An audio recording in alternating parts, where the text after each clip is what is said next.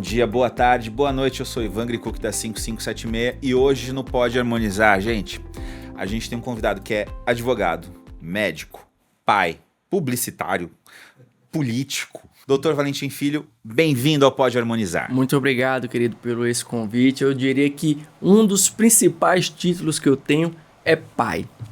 Hoje eu conto com 2 filhos, um menino e uma menina, e sem sombra de dúvidas, dessas inúmeras funções, essa é aquela que eu exerço com maior gratificação, além também de um esposo muito devotado à minha querida amada Paula. Falando em esposo devotado, você deve ser o genro perfeito, né? A pessoa, você é médico, você é advogado, quando é que você começa a fazer engenharia também? Sabe que eu tô considerando, né, Ivan? Brincadeira. eu brinco muito no sentido de que nessas 2 profissões o estudo ele é constante. Muito embora minha primeira formação é como advogado. Eu já sou advogado há mais de 15 anos, fiz uma carreira na advocacia também na parte acadêmica, então fiz pós-graduação, fiz mestrado. Mas eu te digo que não tem paralelo com a medicina. A medicina é um capítulo à parte na minha vida, também no que se refere a estudo. Tanto é que na sequência muitos me perguntaram se eu ia fazer residência ou algo do tipo. Eu falei, olha, a vida acadêmica para mim no sentido de provas, avaliação, tempo, eu acho que eu vou dar uma aposentada pelo menos por hora. Certo. Doutor Valentim, um dos principais motivos da gente estar aqui hoje, né, de conversando é sobre um método que você criou. Você desenvolveu, na verdade. Você desenvolveu um método seguro para o médico divulgar o trabalho dele e você trabalha com isso, inclusive, com várias das maiores referências, né, em estética, em medicina no Brasil. Como é que é isso? Como é que isso surgiu? Me conta um pouco sobre isso. Isso surgiu da minha experiência, da minha casuística. Como eu te falei, eu sou advogado já há mais de 15 anos, sendo que desse período, uma década dedicada à defesa de colegas médicos em assuntos afetos à publicidade médica. Você também é desse segmento e você sabe o quanto que o médico hoje tem dificuldade para desenvolver a sua comunicação e a sua publicidade. E isso se reflete no número de processos éticos contra os profissionais médicos, sobretudo por parte dos conselhos regionais, que é quem nos fiscaliza. Então, nesses últimos 10 anos, já foram mais de 200 processos éticos, onde eu atuei defendendo médicos em todo o Brasil. Isso gerou para mim uma casuística. O que é que eu quero dizer com isso? Eu passei a observar que os erros eles se repetiam, os equívocos se repetiam, e um pilar principal da falta de conhecimento. Observando isso, eu desenvolvi uma metodologia para que o médico ele possa comunicar as suas competências técnicas, que ele possa mostrar os seus resultados. A gente sabe o quanto isso é importante, sobretudo para aquele colega que lida com a medicina dita estética. A gente costuma dizer, a gente tem um amigo comum que é Dr. Hamilton, que ele tem uma frase que eu gosto muito. Nós vendemos resultados. E é isso mesmo que acaba acontecendo. Então eu desenvolvi uma metodologia que eu chamo de publicidade médica assertiva. Esse assertivo, Ivan, ele vem de convicção. Então o médico ele passa a atuar sabendo o que pode postar, quando ele pode postar e por que ele está postando. Então, a minha experiência nessa década advogando me trouxe, então, essa possibilidade de apresentar essa metodologia que tem 3 pilares também muito básicos, que é a conotação, o contexto e a forma. Eu digo para você o seguinte, o que diferencia uma postagem, ela eventualmente ser enquadrada como ética ou mesmo antiética, são esses 3 pilares. É a conotação daquela postagem, é o contexto em que ela foi feita e a forma como ela foi feita. Porque as restrições também, quando o assunto é publicidade, elas partem de 3 elementos base, que é a postagem autopromocional, sensacionalista e que gere concorrência desleal. A gente pode difundir mais isso aqui no nosso bate-papo. Certo. E, assim, uma das coisas que eu achei muito interessante, nossa primeira reunião foi mais ou menos uns 2 anos atrás, né, que, assim, eu tinha muita noção de muita coisa de publicidade médica, já faço isso faz um tempo também, mas essa reunião ela abriu meus olhos para várias coisas. E inclusive hoje a gente estava quando o Hamilton deu aula na pós-graduação de bioplastia e várias outras aulas que ele dá, ele sempre fala, gente, o Dr. Valentim, né, a consultoria do Dr. Valentim, ela mudou a minha prática médica nas redes sociais, mudou muito, influenciou pra caramba. Eu realmente recomendo que vocês conversem sempre com ele. né? E vira e mexe, você fala alguma coisa para Milton, olha, tem essa possibilidade, tem isso, tem aquilo. E uma coisa que eu acho interessante da tua metodologia é prevenir, que é como se fosse uma parte de medicina mesmo. Então, por exemplo, em vez de você tomar um remédio para prevenir uma doença, você, na verdade, dá um auxílio jurídico e ferramentas para o médico saber que isso você pode, isso você não pode. É como se fosse uma prevenção mesmo a ter um processo, na verdade, né? Exato. A metodologia, né, o programa Publicidade Médica Assertiva, ele tem duas vertentes muito fortes. A primeira vertente, como você destacou bem, é a vertente da prevenção. E isso na medicina, nós como os médicos, somos muito enfáticos no sentido de que a medicina do remediar é uma medicina que acaba sendo até mais complexa, não só para o médico, como para o próprio paciente, que eventualmente já está... Né? Exatamente, mais custosa, porque ele já está com a dor, já está com um problema e a gente atua no primeiro momento para remediar. Toda a lógica da assistência médica, ela tem que partir do pressuposto da prevenção. Da mesma forma, eu transporto isso para o programa Publicidade Médica Assertiva. A gente trabalha esse pilar da prevenção muito fortemente, então isso é um ponto que a gente realmente atua no sentido de orientar, de mostrar que o médico pode sim fazer a sua comunicação e a sua publicidade com segurança e com tranquilidade. E a outra vertente é da alternativa. Sempre que eu pensava na metodologia, eu pensava na alternativa. Se você perguntar para qualquer colega a rigor, por mais que ele não tenha conhecimento das restrições, das resoluções, do próprio Código de Ética Médica, mas ele tem aquela sensação de que não pode nada. Então você vai perguntar para o médico, se ele for seguir, vamos dizer assim, a rigor que está previsto, ele não poderia fazer nada. Então eu parti dessa dor para apresentar alternativas. E aí sim, a minha experiência pretérita como advogado fez toda a diferença. Porque qual é a função, pelo menos de onde eu entendo a advocacia, do advogado? Apresentar alternativas. É ler ali toda a resolução, ler ali todo o normativo, ler toda a lei, ler todo o código e buscar ali alternativas para o seu cliente. Então, quando eu pensava no colega médico, eu tenho que trazer para eles alternativas dentro do que hoje é a restrição, para que ele possa, então, fazer a sua publicidade médica, sobretudo quando a gente pensa na demografia médica. Nós já somos mais de 600 mil médicos, caminhando aí, vamos muito rapidamente para 1 milhão de médicos. Então, evidentemente que a comunicação e a publicidade, você sabe muito bem, é uma solução de diferenciação. Agora, a gente não pode transformar o que é um problema, uma solução em um problema, que é o que eu sempre advirto. Você não pode fazer a sua comunicação, a sua publicidade médica sem uma orientação, sem um filtro jurídico. E aí vem um ponto comum que nós nos conhecemos há 2 anos nessa reunião e você foi muito sensível em perceber que eu não faço marketing. Eu não sou uma agência de marketing. O que eu faço é um direcionamento jurídico. Então, as nossas funções, elas se complementam. E a gente, inclusive, tem clientes em comum, tem alunos e mentorados em comum, onde a gente realmente faz essa tabela, porque você traz para ele toda a sua expertise de posicionamento, de marketing, de comunicação, e eu, por outro lado, trago esse filtro jurídico dessas postagens. Né? Eu tenho uma mentoria e eu falei ainda ontem com um dos meus alunos, um dos colegas médicos que queria entrar na mentoria, que a mentoria é para os médicos, mas não é para todo o médico.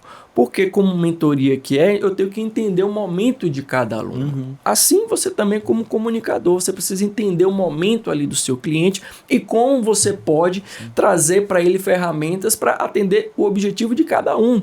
E cada colega, às vezes, está numa fase. Da mesma forma, também a minha orientação no sentido jurídico. Por exemplo, novamente trazendo aqui o exemplo do Hamilton, que é uma grande referência. Eu não posso dar uma orientação para o Hamilton que tem um alcance absurdo, da mesma forma que eu vou dar uma orientação para um outro aluno que tem um alcance muito menor. Porque do ponto de vista jurídico, Ivan, e do ponto de vista de quando a gente pensa aqui no próprio Conselho Regional de Medicina, o médico, quando ele bota, como a gente chama, a cara na rede social, ele se transforma no alvo. Então, o seu alcance faz com que esse alvo vá crescendo. Então, quando a gente pensa em postagens emblemáticas como antes e depois, você fazer uma postagem de antes e depois num perfil de 1.000 seguidores, você vai ter um tipo de impacto. Você fazer um antes e depois sem critério num perfil de 300 mil seguidores, você vai ter um outro impacto e um outro fora alcance. que o Hamilton, por exemplo, o Hamilton está beirando os 200 mil agora e tem um alcance de milhões, né? Que as pessoas às vezes não seguem, mas elas olham lá e etc. E tem muito influencer que adora, que compartilha, tem um monte de gente, né?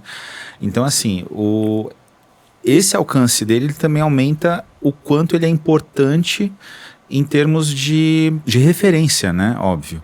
Mas, e aí, quanto mais referência você é, mais vidraça você vira. Foi isso que você falou, se não me engano, numa palestra esses dias, né? Certeza. Quanto maior o alvo, maior a vidraça. Né? Então, pode postar antes e depois? Antes e depois é algo sempre muito polêmico, né?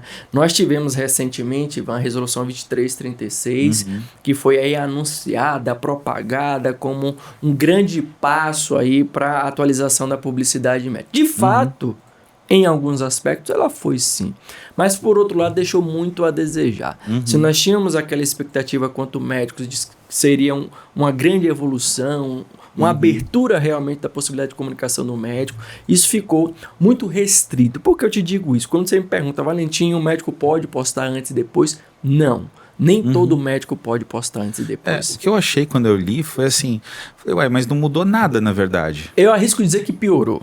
Por que eu arrisco dizer que piorou? Porque a nova resolução, lá no artigo 14, quando ela vai falar do uso de imagens e da demonstração do antes e depois, ela possibilitou, mas trouxe uma série de exigências que a rigor inviabilizam a postagem. Eu vou te dar um exemplo disso. Primeiro ponto. A nova resolução, ela fala que o médico pode fazer a demonstração de antes e depois desde que. E esses desde que são sempre importantes, sobretudo quando a gente está falando de interpretação jurídica.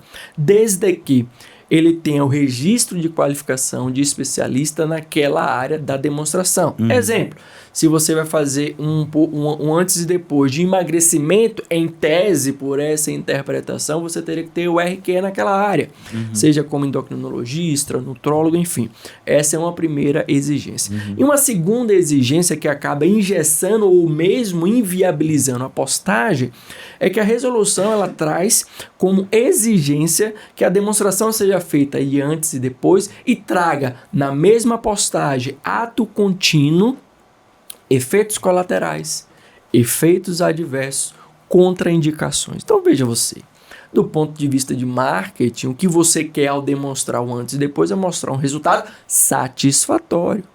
Se na sequência você é obrigado a mostrar um resultado adverso, efeitos por mais que eu entenda... Não, e fora a limitação de caracteres, né? Que você tem um limite de 1.400 caracteres no Instagram que não dá para colocar tanta coisa assim. Exatamente. Então, ao prever essas exigências para você poder fazer a postagem, ela acaba engessando ou mesmo inviabilizando.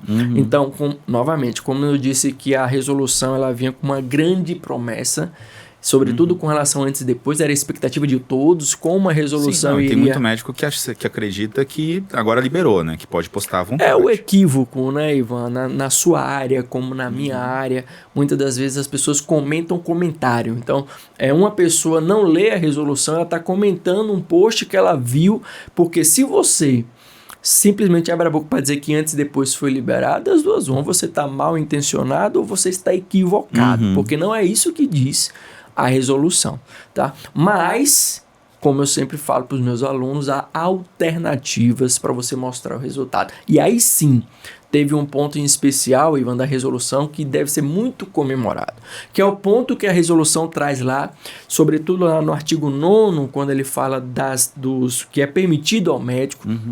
Um dos incisos, ele fala que é permitido ao médico mostrar resultados de procedimentos que sejam comprováveis. Então, eu, quanto advogado, me especializo em interpretar a norma de acordo com aquilo que é mais interessante para os meus clientes, no caso aqui os colegas médicos. Então, este ponto da resolução ele é muito favorável, porque a gente vai então mostrar resultado comprovável. Não da forma clássica do antes e depois, aquela uma foto do lado da outra, mas no sentido que eu desenvolvo muito com os meus mentorados, que é no formato de caso clínico, onde a gente pega um dos principais aspectos da publicidade médica, que é informar o paciente. Então a gente constrói um caso clínico onde eu mostro o antes, ou seja, eu mostro a queixa do paciente. Quando a gente fala aqui, por exemplo, de remodelação glútea, a paciente muitas das vezes tem uma queixa de assimetria, de falta de volume, que ela quer corrigir uma depressão trocantérica. Então, você vai mostrar esse antes do seu paciente, vai construir aquele caso clínico explicando por que você, como médico, indica o procedimento, por que você adotou essa ou aquela técnica, a gente está falando de permanentes ou temporários, por que você usou este ou aquele produto, e você mostra o depois, sem aquela demonstração clássica, porque desta forma foi uma alternativa que eu trouxe para os meus alunos, de modo a ele mostrar os seus resultados sem estar restrito naquele enquadramento que a nova resolução vai trazer. Porque se você faz o antes e depois clássico, sem ter RQE, você já vai estar cometendo infração ética. Se você faz um antes e depois clássico, sem mostrar efeitos adversos, efeitos colaterais, resultados negativos, você também poderá ser enquadrado como uma infração ética. Então a gente muda o contexto, muda a conotação, faz de uma forma diferente para possibilitar o médico mostrar o resultado. Uma outra coisa que mudou foi a questão de mostrar aos pacientes, né? Sim, este foi um avanço substancial. Anteriormente a gente tinha uma vedação expressa com relação a depoimentos, a elogios, e a nova resolução, ela nesse sentido avançou para possibilitar hoje que o colega médico mostre depoimentos. Então aí a gente já está falando de eventualmente pacientes que tenham influenciadores, pacientes famosos. Você pode repostar inclusive esses elogios. Que antes era literalmente proibido. Antes era literalmente proibido, mas aí vem um outro desde que. A resolução, quando você lê ela, Ivan, parece que ela é meio esquizofrênica. O engraçado é que você já fala isso com um sorrisinho, assim, mas tem outro desde que. Porque ela é meio um Frankenstein, uma coxa de retalhos, a impressão que eu tive, porque a resolução ela foi ditada por conselheiros federais. E aí vem um outro ponto que é importante ser dito. Se as normas são ou não são restritas, é culpa exclusiva de nós médicos. Porque quem está lá foi eleito. Direta ou indiretamente pelo médico, ou pelo voto ou pela omissão de não votar. E quem está te dizendo isso é um médico que foi candidato no Conselho Regional de Medicina do Estado da Bahia. Lutei muito. Lá nós enfrentamos um Conselho Regional que já está com conselheiros há múltiplas décadas ocupando aquele espaço.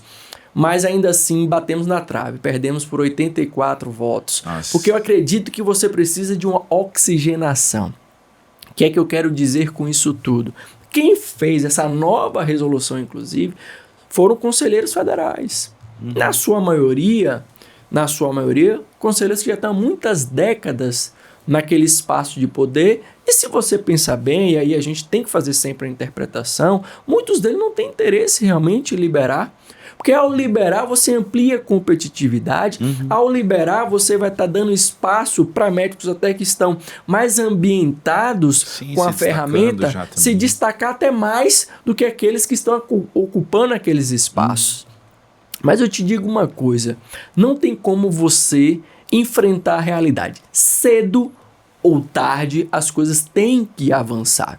Mas, quando a gente está olhando para essa nova resolução, me parece que ela foi feita, como eu te disse, por múltiplas influências, porque ela avança por um lado e restringe por outro.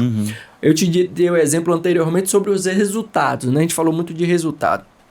A resolução ela fala nominalmente sobre resultados, pelo menos umas 10, 12 vezes ela fala lá de resultados. Dessas 12 vezes, 11 é para dizer que é proibido.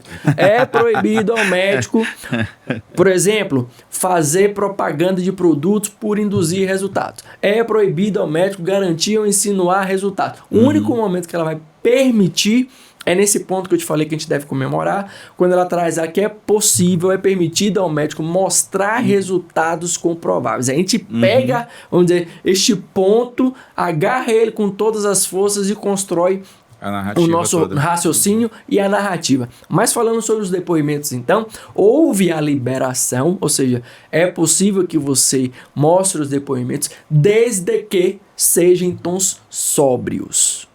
Aí você me pergunta, Valentim, o que é tom sóbrio? Não sei, Ivan. Para você pode ser uma coisa, para mim pode ser outra. E o que vai prevalecer, então, no final do dia?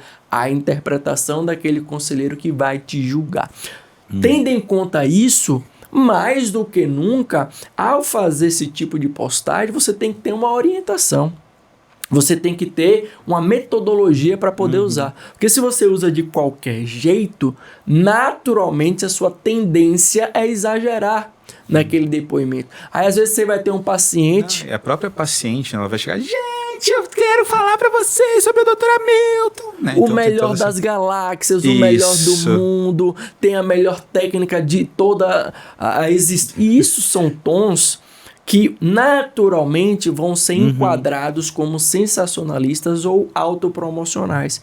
Porque a nova resolução ela também descreve o que seria sensacionalismo, o que seria autopromoção. E um dos pontos centrais dessa descrição é elogios que vão te dar um ar de privilégio. A resolução sempre vai proibir, vai inibir esse tipo de conteúdo. Então, assim, como eu disse, entrega por um lado, tira por outro. Se a gente fosse nominar a nova resolução 23 de 36 de publicidade médica, é isso. Ela entrega por um lado, retira por outro. Entendi. Qual a alternativa para o médico? Buscar os atalhos através justamente de uma metodologia que foi a que eu acabei desenvolvendo, o programa PMA, que é justamente a possibilidade, nesse campo minado, você saber onde está pisando. Eu brinco sempre, para não explodir a sua carreira. Então, assim, se o médico não pode postar antes e depois, como é que ele faz para vender os procedimentos? É isso que eu te expliquei anteriormente. No médico, quando você me pergunta antes e depois está permitido, eu te diria que está permitido para alguns tipos de médicos. Então, para aquele profissional que tem um RQE na área de cirurgia plástica, na área de dermatologia... E que explica as coisas, e que trabalha com uma remodelação glútea, ele vai poder fazer um antes e depois, mas tendo que atender tudo aquilo que prevê a resolução. E aí a gente está falando de mostrar os efeitos adversos, mostrar as contraindicações, não só nas imagens, quanto também na sua legenda. Eu tenho dito para os meus alunos, para aqueles que são mentorados por mim, que inclusive a gente tem que ir por outro caminho. Aí você me pergunta, qual a alternativa então para aqueles que não querem ter que mostrar os efeitos adversos ou mesmo as contraindicações? Trabalhar por outro caminho, que seria pegar o resultado que você tem, que é um resultado comprovável, a gente já comentou que a resolução permite nesse sentido, e construir no formato de um caso clínico. E aí a gente depende muito de uma boa parceria com a agência que está assessorando aquele aluno para construir no aspecto audiovisual também um resultado final interessante. Te dei o exemplo aqui, falando novamente de remodelação glútea. Então, você vai pegar a sua paciente, vai mostrar o antes dela, a partir da queixa que ela apresenta. Então, você vai se construir no formato de caso clínico. Estou aqui com minha paciente, fulano de tal, me procurou hoje com essa queixa de assimetria, de falta de volume. Você veja aqui que ela também tem uma depressão trocantérica. A gente vai optar por esse procedimento, ela tem indicação. Isso é um ponto importante. Todo o procedimento médico ele é indicado. Porque a gente tem que também combater... Indicado para esse caso, né? Esse caso tem indicação disso. Justamente, porque na hora que vier um problema, e esse é um dos grandes diferenciais também na metodologia que eu desenvolvi, que eu dou a orientação já pensando numa alternativa de defesa. Então, nesse cenário, é sempre importante que você faça esse destaque, que é uma indicação médica para o caso dessa paciente. E é um dever médico informar. Informar. Também, né? Exatamente. Então, você não está fazendo uma coisa para se promover, você está fazendo uma coisa para informar a população de uma coisa que incomoda ela. Essa tem que ser sempre o foco do profissional, né? Eu digo que publicidade médica é sinônimo de informação. Então, eu dou as pessoas gostam muitas vezes de dica, mas eu não gosto de dica, eu gosto de orientação. Então, vai uma orientação aqui para a sua audiência. Sempre que você pensar em um post, se pergunte o que é que eu estou informando. Então, eu vou fazer um post, ou então a agência propôs um post, eu tenho que responder internamente o que é que eu estou informando. Se você responde essa pergunta, Ivan, com tranquilidade, muito dificilmente esse seu post vai ser enquadrado como autopromocional, como sensacionalista ou que gere concorrência desleal. Por outro lado, se você responde com dificuldade isso, você fica pensando, rapaz, eu quis dizer, geralmente é porque esse post ele está exagerando no sensacionalismo, exagerando na autopromoção. Exemplo clássico, É aquele colega que quer postar um resultado, um antes e depois, e ele faz o post do antes e depois, estático, não tem informação nenhuma, bota uma música ali do Trends do momento, geralmente um Anitta, um bumbum tantã, um bumbum de bilhões. O que é que você informou aqui neste post? Então, se você não consegue responder isso com tranquilidade, muito provavelmente esse seu post vai ser enquadrado como antiético. Entendi. E doutor, assim, digamos que o médico está escutando o podcast, ele está falando, não, agora eu vou ligar para o doutor Valentim, mas eu já fui notificado pelo meu Instagram. Tem solução isso? Tudo tem solução. Tudo tem solução. Minha função como advogado nesse ponto é trazer justamente uma alternativa. E aí você tocou num ponto muito interessante, que ao longo dessa minha experiência eu também percebo aquela síndrome do posta e apaga. Sabe qual é a síndrome do posta e apaga? É o seguinte, ó, é um médico que ele posta porque tá vendo todo mundo postar, ele posta porque todo mundo tá fazendo, ele posta porque não dá nada. E aí dá. E aí vem um problema. Aí vem a notificação. E aí ele tem que apagar tudo. Muitas das vezes, e não raro, orientado até por um outro advogado, que não tem tanto ambiente ali com a questão do Conselho Regional. Ele não, tem que apagar tudo. Não, não tem que apagar tudo. A gente tem que fazer um filtro jurídico da sua postagem e uma readequação de rumos. Porque, como eu disse, você basicamente tem dois caminhos. Sem ter o caminho de fazer sua publicidade médica de forma amadora, intuitiva, na base do ouvir dizer, e você tem o caminho do profissionalismo em todos os segmentos. Eu tenho dito, Ivan, para onde eu tenho oportunidade de falar, que hoje na medicina não há mais espaço para o amadorismo.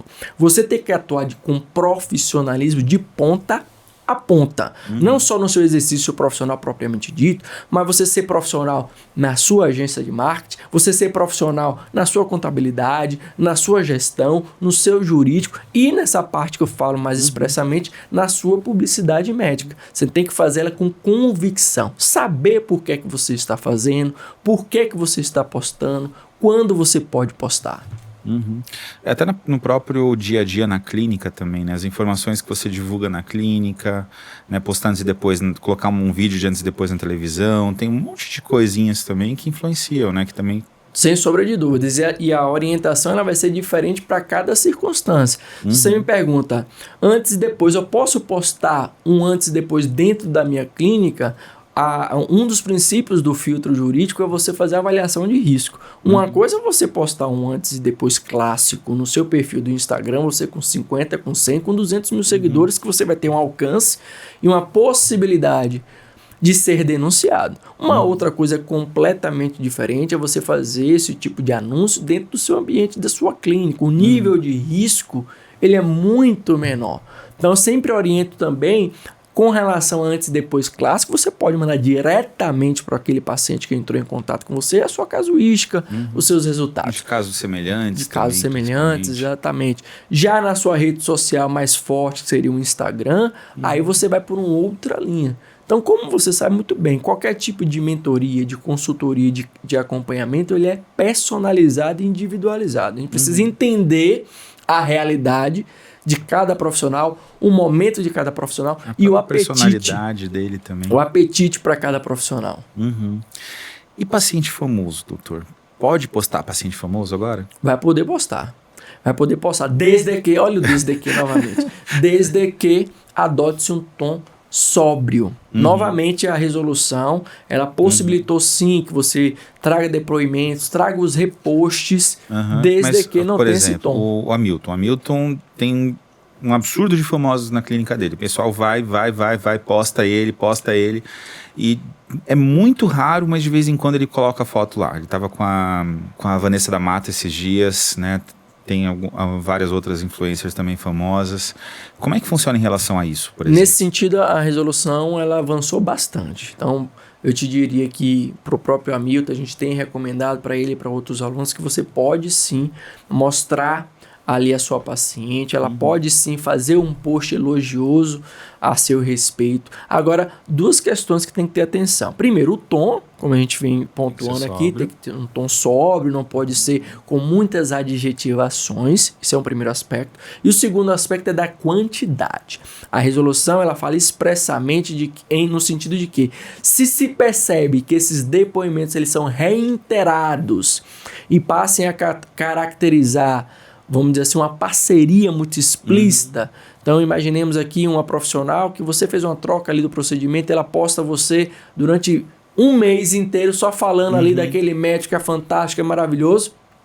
Você pode vir a ter um problema, porque a resolução vai falar que pode fiscalizar esse tipo de postagem. Então, quando a gente vai orientar, vai um paciente famoso, faz lá seu post, não tem problema, mostra a paciente, explica, informa o que ela foi fazer, por que ela está lá, qual foi o resultado que ela teve. Sempre trazer um aspecto técnico para a sua postagem, até porque você vai ter benefícios duplos. Primeiro, aumenta a sua autoridade e segundo, aquele famoso vai trazer para você a audiência dele também. Sim. Então, é possível sim, mas como a gente vem falando aqui, desde que você adote uma metodologia.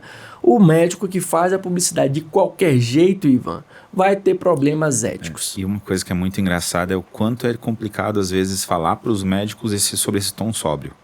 Sim. Né? Às vezes é muito complicado mesmo.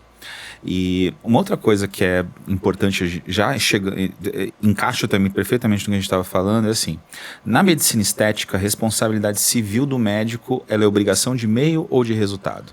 Na interpretação do judiciário, ela é uma obrigação de resultado. E aí tem um outro ponto, né, que é um ponto de divergência. Os conselhos regionais e o Conselho Federal de Medicina entendem que a atividade médica é uma atividade de meio, inclusive a parte estética. Por entender que do ponto de vista médico, cada indivíduo é um indivíduo, cada fisiologia é uma fisiologia. Muito embora, para o judiciário, o entendimento, isso já é de alguns anos, é de que a relação médico-paciente na medicina estética é uma relação de consumo e, por consequência, estaria sujeita ao Código de Defesa do Consumidor. Esse, inclusive, é um dos aspectos que eu há bastante tempo sustento o seguinte. Veja, do ponto de vista jurídico, o médico já colhe todo o ônus dessa relação de consumo, ou seja, ele já responde de forma objetiva, porque a relação de consumo, o consumidor, ele é visto como hipossuficiente, então a responsabilidade do médico é objetiva. Com isso, inverte-se o ônus da prova, ou seja, é o médico que passa a ter que provar que agiu com correção, segundo a literatura, que seguiu todos os procedimentos. Então, ele já tinha todo o ônus do ponto de vista jurídico, mas não tinha um bônus. Qual é o bônus? De poder mostrar, então, de poder, então, fazer sua publicidade, de poder, então, fazer a sua comunicação de forma mais ampla. Então, essa grande divisão, a gente vem batalhando há muito tempo, no sentido de que o judiciário muito dificilmente vai ceder, porque ele já está com o entendimento consolidado e a palavra final no nosso sistema de Estado democrático de direito é do Poder Judiciário. Então que mude o nosso conselho. Então que mude os conselhos regionais no sentido de entender, bem, já que o Poder Judiciário consolida o entendimento, por mais que a gente divirja, que é uma relação de consumo e, por consequência, a responsabilidade do médico que lida com a medicina estética objetiva. Então, a gente vai liberar para esses profissionais que possam fazer, então, uma publicidade mais ampla, horas, bolas, porque senão o médico está no pior dos mundos, ele só pega a parte ruim dessa relação de consumo e a parte boa, que seria eventualmente poder anunciar, ele fica impedido. Infelizmente. E assim, qual que é a tua opinião, doutor, em relação ao respeito das resoluções restritivas do CFM? Você acha que cria concorrência desequilibrada com outras classes? Por exemplo, biomédicos, estetas? Sem dúvida. Sem sombra de dúvidas. Inclusive, aí uma opinião pessoal do Valentim aqui, como médico, eu acredito que um dos grandes responsáveis pela proliferação de violação da lei do ato médico é o próprio Conselho Federal de Medicina e, por consequência, os conselhos regionais. Na medida que você restringe substancialmente a atividade do médico, não existe um espaço que não seja ocupado. Se não é o médico que está mostrando o resultado, algum outro profissional vai mostrar. E aí você vai ver o paciente, com todo respeito, não estou aqui dando no mérito também dos outros profissionais de saúde, mas você vai ver dentista postando, esteta postando, farmacêutico postando, biomédico postando, só quem não pode postar é o médico. E isso, cabeleireiro postando, educador físico. E isso é um absurdo, porque o conselho, por outro lado, não vai ter condições de combater toda essa engrenagem. Não, não seria muito mais fácil, não faria muito mais sentido você então flexibilizar realmente para o médico poder batalhar de forma equiparada no sentido da sua comunicação, da sua publicidade, porque mesmo com essa dita nova resolução, a 2336, como a gente conversou aqui, como ela traz uma série de exigências até nessa demonstração de imagem, continua a ser uma disputa muito desigual. Pergunte para o dentista se ele tem algum tipo de desde que.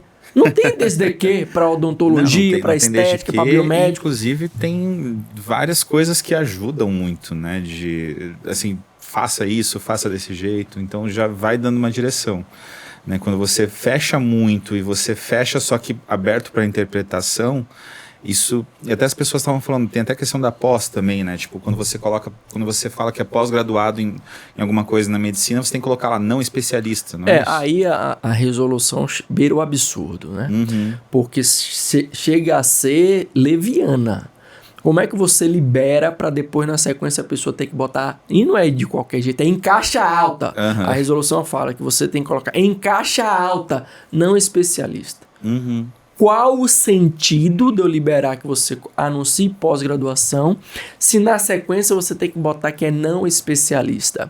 Inclusive, para os meus mentorados, eu tenho orientado que não bote nada. Sim. Se é para você botar que é pós-graduado não especialista, isso vai causar ruído na sua comunicação. Sim, o paciente não está acompanhando isso também, ele vai olhar o negócio e falar, uai, tipo, não terminou a pós, o que é isso? Tipo, não sabe não direito, é especialista, não aprendeu, então fez a pós, não se formou. Com certeza, eu sempre oriento. Na sua bio, bote a transformação. Não precisa você anunciar a sua titulação, porque a rigor, e você aí pode dizer até melhor do que eu, Ivan, o médico, quando comunica currículo, ele está comunicando mais com outro médico do que com o próprio paciente. Claro que o paciente vai pesquisar, o profissional, mas a rigor, o que o paciente quer é a transformação que você pode causar, é o resultado que você pode entregar, não necessariamente o currículo. Eu, pessoalmente, nunca ninguém entrou na minha sala para perguntar onde eu me formei, nem como advogado e nem como médico. As pessoas querem saber qual a solução que o Valentim pode entregar, quais os resultados que o Valentim tem, qual a casuística do Valentim. Isso sim é importante. Então, sempre também oriento os médicos. É lógico que, se você está lidando com um aluno que ele tem R2, 3 RQE, um currículo, tudo bem, a gente utiliza. Agora, se por outro lado é um médico que é pós-graduado, não tem RQE, não precisa também ele se preocupar com isso. Vamos falar mais da transformação que você pode causar, dos resultados que você pode entregar. Porque nos termos que a resolução traz, novamente, é inviável, não faz sentido, não tem porquê você se anunciar pós-graduado e na sequência tem que colocar não especialista. Em caixa alta. Em caixa alta.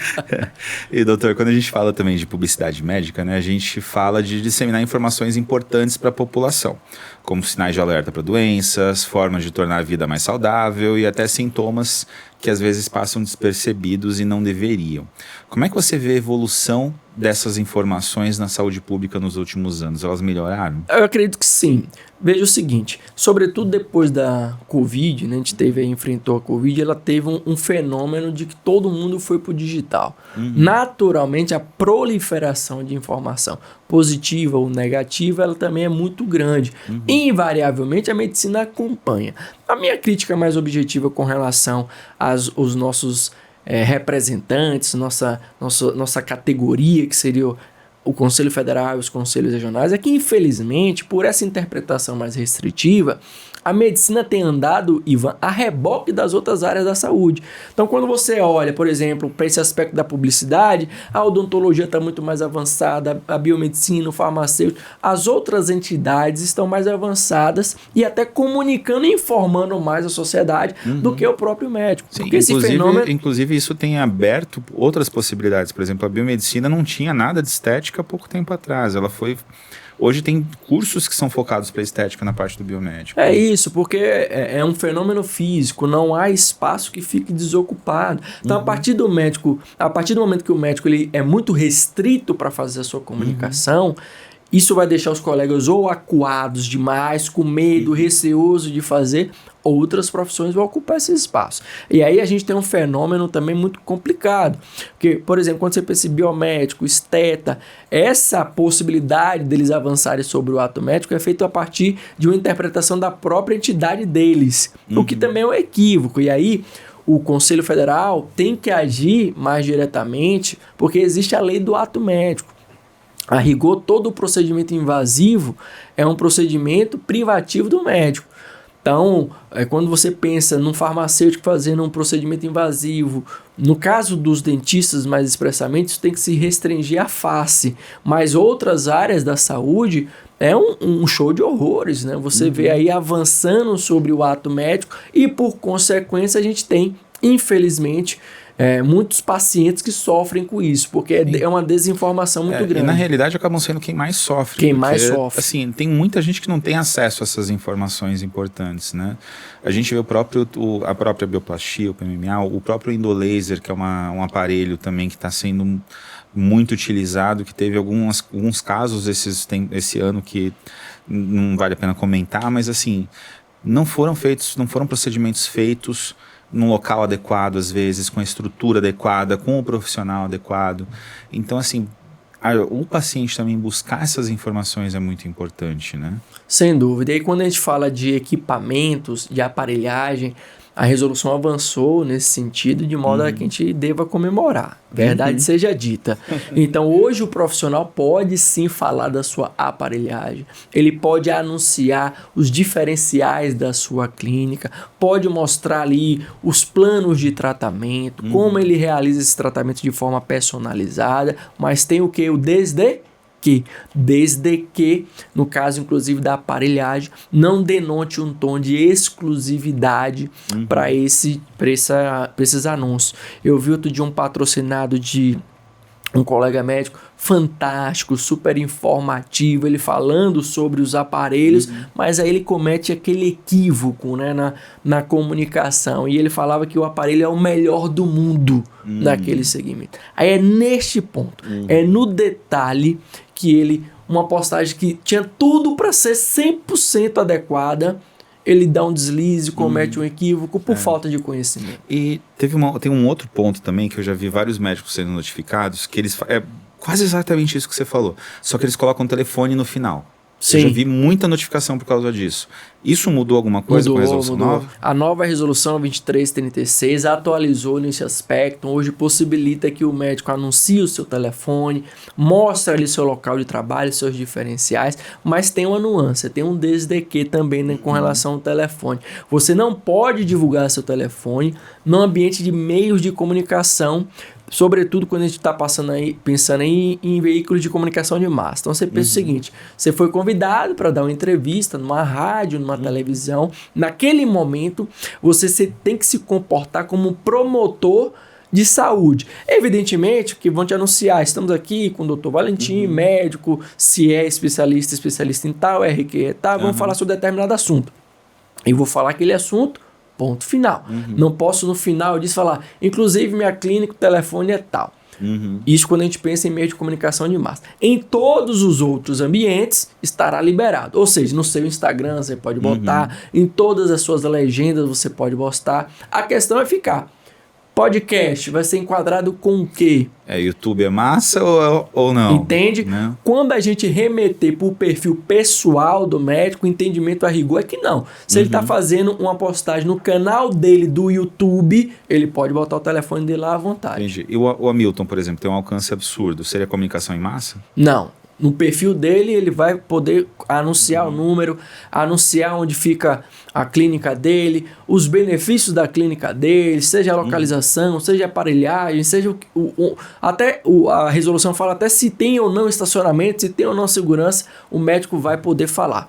É um aspecto que deve ser comemorado a nova resolução, Ivan, porque ela passa a falar que o médico na sua comunicação poderá angariar clientela. E isso é disruptivo. Isso sim é um ponto que a gente deve comemorar. Eu disse o seguinte, outro dia eu estava analisando a resolução e falei que o que a gente deve comemorar da resolução não é o que está expressamente escrito, é aquilo, os conceitos novos que ela traz para a gente poder explorar. Exemplo disso é quando ela fala que o médico pode fazer a sua comunicação para angariar a clientela. Isso é disruptivo, porque anteriormente, inclusive, muito cliente meu foi processado justamente por conta de estar fazendo uma publicidade que os conselhos classificavam como mercantilista, ou seja, que ele estaria angariando clientela. Isso é aberto exclusivamente à interpretação também. Exatamente, né? Exatamente. Então, se hoje essa nova resolução que vai passar a valer a partir de março de 2024 fala que o médico pode angariar clientela, então, amigo, nós vamos explorar isso. E, assim, outros sistemas jurídicos, por exemplo, nos Estados Unidos você tem uma publicidade médica que permite praticamente qualquer coisa, você pode fazer tudo. Mas eles têm umas indenizações lá que são coisa astronômica em desfavor do médico, né? Como médico e advogado, qual que é o sistema que você acha que é mais equilibrado, do Brasil ou de lá? Veja só, aí a gente está no 8 e no 80, né? Eu diria que nem o americano e nem o nosso como está hoje. Inclusive, quando você falou do sistema americano, eu lembro bem que eu tive lá eu estava em Nova York com minha esposa, isso no finalzinho ali da pandemia, no final do ano passado. E para regressar ao Brasil, você tinha que fazer o teste PCR do Covid. E lá em Nova York tinha as vans espalhadas por toda a Times Square, por Manhattan inteiro. Aí eu tive a curiosidade de perguntar para um dos médicos que coletava como é que estava funcionando. E veja você, ele me disse o seguinte, que um dos aspectos para você poder fazer aquele tipo de procedimento lá, que você tinha que ter uma apólice de seguro, o médico, individualmente. Isso é algo que encareceu demais o exercício da medicina nos Estados Unidos. Existem especialidades médicas nos Estados Unidos que são inviáveis o exercício porque o investimento pessoal que o médico tem que fazer é muito alto. Salvo engano, especialidades como obstetrícia, ginecologia, o seguro médico passa de $100 mil ano. E é uma exigência do seu empregador. Ou seja, o hospital, quando vai te contratar, ele exige que você apresente a sua apólice de seguro. É a mesma coisa seguro para carro lá, né? Exato. O carro não sai da concessionária se ele não tiver seguro. Exatamente. E aí vai a questão também do quanto maior o nível de acionamentos por erros médicos de cada especialidade, isso vai encarecendo. É a mesma lógica do seguro de carro. Se você tem um carro muito visado, que é muito roubado, o seguro tende a ser mais caro. Isso encarece todo o sistema de saúde. Então, hoje lá também nos Estados Unidos, por mais que a publicidade ela seja muito escancarada, ela acaba engessando muito o profissional porque eles ficam receosos de fazer. Então, eu diria que aqui no Brasil, a gente tem que avançar em muitos aspectos, sobretudo quando a gente pensa de medicina estética, tem que ter um olhar individualizado para o médico que trabalha com a parte estética, que depende mais fortemente do resultado. Até quando eu falo do meu programa que ele é para médicos, mas não é para todo médico, porque o meu foco maior é naquele profissional que precisa mostrar o resultado, porque esse é o que sofre mais com as restrições, com as limitações. Se você é um médico... com as dúvidas sobre como mostrar, Exato, porque se você é um médico que trabalha muito com a medicina ambulatorial, ali de consultório, ou mesmo seu foco é mais o plantão, você não depende tanto da publicidade médica. Agora, aquele profissional que ele precisa mostrar um resultado, que ele precisa comunicar suas competências, esse sim vai ter mais dúvidas, vai ficar mais visado e eventualmente se comete equívoco vai ser punido e aí tem todo o desdobramento da reputação e também financeiro, porque é muito custoso você responder um processo ético. Um outro ponto que é essencial agora, que eu acho essencial da gente abordar, é assim... O médico, por exemplo, começou a postar antes e depois, né? A gente falou, sabe, que não é antes e depois exatamente, mas digamos assim, antes e depois. E um outro profissional, seja médico, seja não médico, pegou esse resultado dele, falou e colocou no perfil dele como sendo dele. Esse plágio, assim, como é que um médico procede com isso? Pergunta muito boa, porque eu tive casos já nesse sentido. E aí a gente precisa fazer algumas observações. Primeiro ponto, o resultado é da paciente, não é do profissional médico. Então, a abordagem ela tem que ser em conjunto, porque a gente tem violações, não só do ponto de vista civil, como eventualmente, se você analisar o contexto, do ponto de vista criminal também. Se você tem um resultado que você fez um procedimento, postou na sua rede social e você vê que esse procedimento está sendo copiado por um outro profissional, eu tive um caso, inclusive, Ivan, de um amigo nosso, como não vou falar o nome porque aí chega a ser antiético, mas que quem estava reproduzindo o resultado sequer era médico. Era um outro profissional de saúde que estava pegando ali os resultados. Eu tenho visto muito isso. E copiando. Então, assim, como é que a gente orienta? O primeiro caminho seria a notificação extrajudicial, né, para que o indivíduo pare de mostrar aquele resultado. Aí você vai ter que se socorrer. Ou se você consegue puxar o endereço dessa pessoa, se não é um perfil fake, ou então você vai ter que judicializar, pedir para o Instagram que tem esse perfil, para você poder notificar. E na sequência, se essa pessoa ela continua fazendo esse tipo de postagem, você vai ter que judicializar. Paralelo a isso, você pode manejar uma queixa-crime também por estelionato. Se for uma pessoa que sequer é médica pelo exercício irregular da medicina, existe uma série de caminhos que você pode percorrer. E também por parte do paciente que está tendo esse resultado reproduzido, porque ele eventualmente autorizou o Ivan a mostrar o resultado, não autorizou Cicrano e Beltrano. Então, por parte do paciente, também é uma violação da Lei Geral de Proteção de Dados desse paciente, que pode também, tanto civilmente como criminalmente, buscar alternativas. O que é que eu tenho orientado também os meus alunos no sentido preventivo?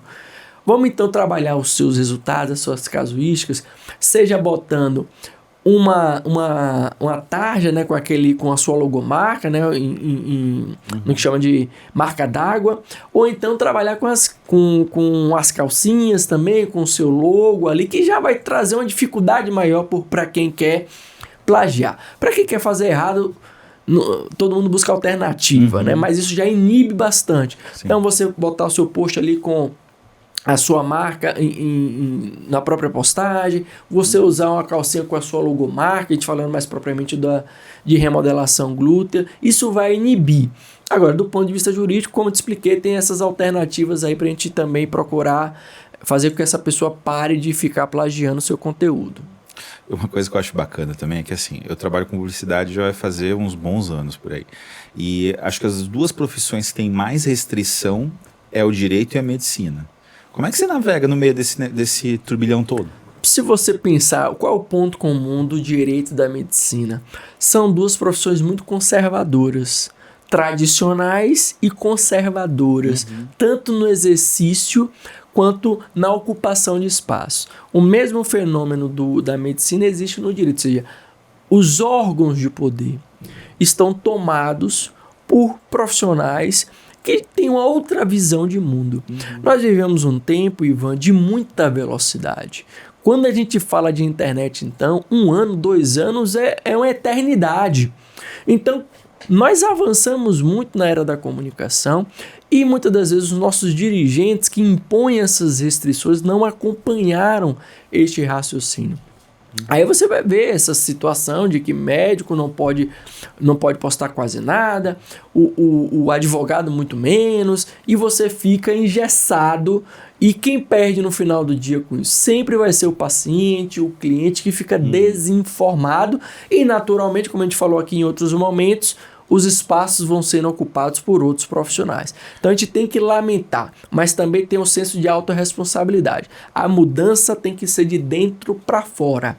Então tem eleições aí para você oxigenar esses conselhos, levar outras ideias para esses conselhos, para que isso mude e você possa, então, no caso da medicina, por exemplo, retomar o protagonismo da área da saúde. E assim, tem muitos médicos e advogados que são recém-formados, né? Eles têm bastante dificuldade no posicionamento de mercado exatamente porque eles não conseguem compreender o que as normas dizem muitas vezes.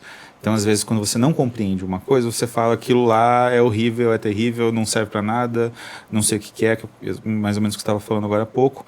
E a tua função principal da tua assessoria é exatamente mostrar para as pessoas, gente, dá para você fazer um negócio bacana, com qualidade, né? Você pode crescer na tua profissão. O advogado não pode postar antes e depois, né? Você não posta, por exemplo, antes de um caso, depois do caso, a pessoa sorrindo ou não, né? Não. Mas assim, esses profissionais que eles estão começando, muitas vezes eles não conseguem arcar com uma assessoria, por exemplo, de qualidade, né? Que uma assessoria, por exemplo, uma assessoria boa de marketing, uma assessoria boa jurídica, não é uma assessoria barata. Sim. Mas assim, qual conselho que você daria para uma pessoa que está começando, assim, seja o direito, seja a medicina, mas que ela quer iniciar a publicidade, mas tem essas dúvidas, essas coisas. A gente tem que buscar conhecimento.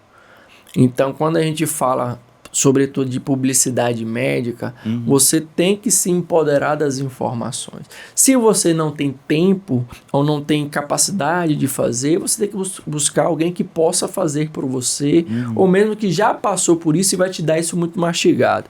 Pensando justamente nisso, Ivan, eu desenvolvi um programa que é a Publicidade Médica Assertiva, que é um programa de mentoria, onde eu oriento o profissional médico a como ele pode realizar a sua publicidade médica com segurança e com tranquilidade. Porque assim, entendo muito, eu sou na realidade um grande fã do seu trabalho quanto agência, mas o meu entendimento pessoal é que o grande responsável pela publicidade do médico é o próprio médico, porque é ele que no final do dia vai assumir o ônus e o bônus dessa publicidade. Então ele tem que ser empoderado dessa informação para que ele tenha capacidade também de interagir e falar, olha, esse post está adequado, esse aqui não está adequado. Então a gente criou esse programa, a Publicidade Médica Assertiva, justamente para trazer uma alternativa que não seja aquela consultoria mais personalizada, que aí sim é uma coisa mais de boutique, como a gente chama. Então, naturalmente, por ser mais personalizado, isso gera um custo maior para esse profissional. Mas pensa o seguinte, se a publicidade médica assertiva fosse para todo mundo, ou seja, aquela publicidade segura e tranquila, estava todo mundo fazendo. Por que não está todo mundo fazendo? Porque exige investimento, exige que você abra mão de muita coisa. Eu vou te dar um exemplo. Você vai precisar, para fazer uma publicidade médica assertiva, abrir mão, por exemplo, de gatilhos mentais. O médico ele não pode utilizar gatilhos mentais que são legítimos na comunicação, como, por exemplo, escassez, exclusividade, aquela coisa mais exagerada, porque o sensacionalismo, ele vende muito. Agora, quando você está falando da publicidade do médico, isso tem que ser feito com a metodologia, com critério. Então, você vai ter que abrir mão desse tipo de ferramenta. Você acaba sendo quase como se fosse um namoro com a paciente que está vendo, né? Que ela vai vendo, e aí ela vai entendendo que é aquilo que ela quer, e depois que você acaba fazendo. Então não é uma coisa que você fala, ó, aqui, vem pegar, corre. E por consequência, o resultado ele não é imediato. E aí vem um outro problema, porque as pessoas querem resultados imediatos para tudo na vida. Então você fazer uma publicidade médica com segurança e com tranquilidade, isso vai demandar tempo. Isso vai demandar investimento. Então, não é para todo mundo, porque nem todo mundo está disposto a pagar esse preço. Mas é o único caminho que ele é de verdade. Ou seja, que o seu resultado final ele vai ter durabilidade. Porque não vai adiantar nada você crescer baseado numa publicidade médica equivocada, porque o processo virá. E aí eu tenho uma frase emblemática, já caminhando aqui para o nosso fim, Ivan, que é: quem vê feed não vê a sindicância. Ou seja, muitas vezes você vê um perfil ali de um colega que está crescendo, que você vê ali na rede social, viajando, prosperando com muito paciente, mas você não vê o bastidor daquele profissional médico. Então nunca se compare, faça o seu caminho e faça o seu caminho com segurança, com tranquilidade, sem pensar naquilo que a gente chama até, é uma linguagem muito do marketing, nos hacks, né? naquele gatilho que vai explodir. Isso não existe. Existe muito trabalho, muita dedicação, investimento. Consistência, né? Então você tem vários aspectos que são essenciais mesmo. Com certeza. Doutor, tem alguma mensagem final que você queira passar para o pessoal? A mensagem final é de que há possibilidade de você fazer a sua publicidade médica com segurança, com tranquilidade, naquilo que eu chamo de assertividade. Não há nada melhor do que você trabalhar com convicção. Eu sempre falo isso, viu, Ivan? Quando o médico ele faz a sua publicidade com segurança, ele faz com um brilho no olhar, ele faz com verdade, porque ele está apostando, sabendo porque ele pode postar. A paz e a calma que ele fica. E isso, por consequência, meu amigo, faz com que ele aumente o resultado dele.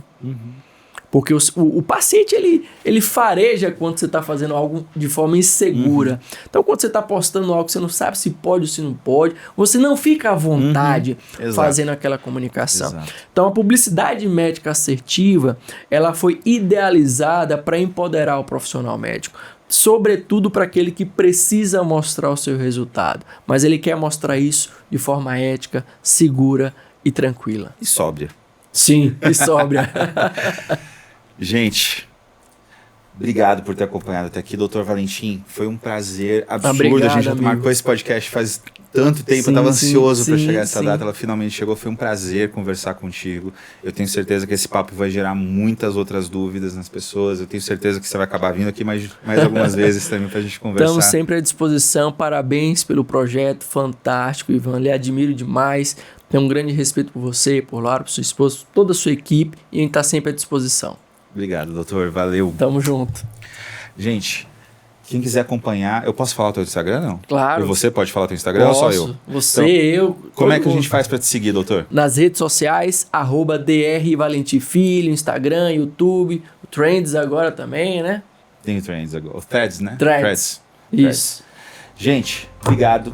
Até o próximo episódio de Pode Harmonizar. Valeu!